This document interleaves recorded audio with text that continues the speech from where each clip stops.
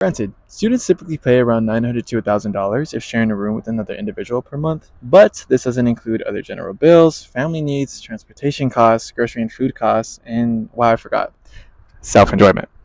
Moreover, this exception excludes students with both visible and non-visible disabilities and other preferences, as these groups of students are unable to share a room with another individual, making them face an even deeper financial burden as they don't have the option to split the expensive costs. With the need of financial income but the absence of stable financial providers come the absence of time for academic growth, opportunity search, and self-enjoyment. Students such as Joshua, myself, and perhaps you, who are struggling to afford regional expenses, are systematically placed at a disadvantage. What folks need to understand is we need to contextualize the fact that the UC campuses were built in arguably the most expensive locations of the state of California. That's just where the land was available, and that's where the development happened. And when you bring a university as prestigious of the UC system, you naturally are going to have a socioeconomic, multi-generational impact to that location. And this impact makes the city in which the university is placed in gradually become less accessible by expense for students who don't come from a wealthy or privileged background.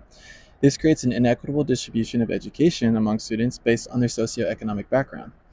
And the students who, quote, make it out of the trenches, as my friends say, face the difficulty of affording the region which they move into. Reported in the informational hearing for California student housing, 16% of UC students in 2020 reported residing in a form of non-traditional housing, which would include hotels, couch surfing, or the outdoors. In the same report, 1 in 20 students on UC campuses, 1 in 10 students on CSU campuses, and 1 in 5 students on CC campuses have reported experiencing a form of houselessness at a point during their academic career. Housing insecurity is usually followed by other basic needs insecurities. But even if a student is staying afloat with their housing needs, they are more likely sacrificing other basic needs in order to stay afloat. Food insecurity and on the system-wide level. I swear this is the last time I'm doing this, but this is Sergio Picardo. He is currently UCSA's co-chair for their Acquire campaign, but he also held positions such as the OA Basic Needs for UCSA, as well as the Public Transportation Chair for UC Davis. So, super cool. And let's continue. It's around, I don't remember this exact stat in my head, but it's like about 42, 43. Everything, it typically doesn't fall under 40%. So that's what I meant by the 40 percentile range. It's like most stats fall within that range of 44% of students go through basic needs insecurity, or about 42 or 43 if we look at it system-wide level. In 2018, UC UAS reported 4% of UC San Diego students experiencing houselessness within their academic career.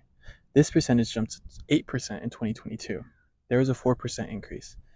6% of UCSD students reported being at risk of not having a safe or adequate nighttime place to stay while waiting on the UC housing waitlist.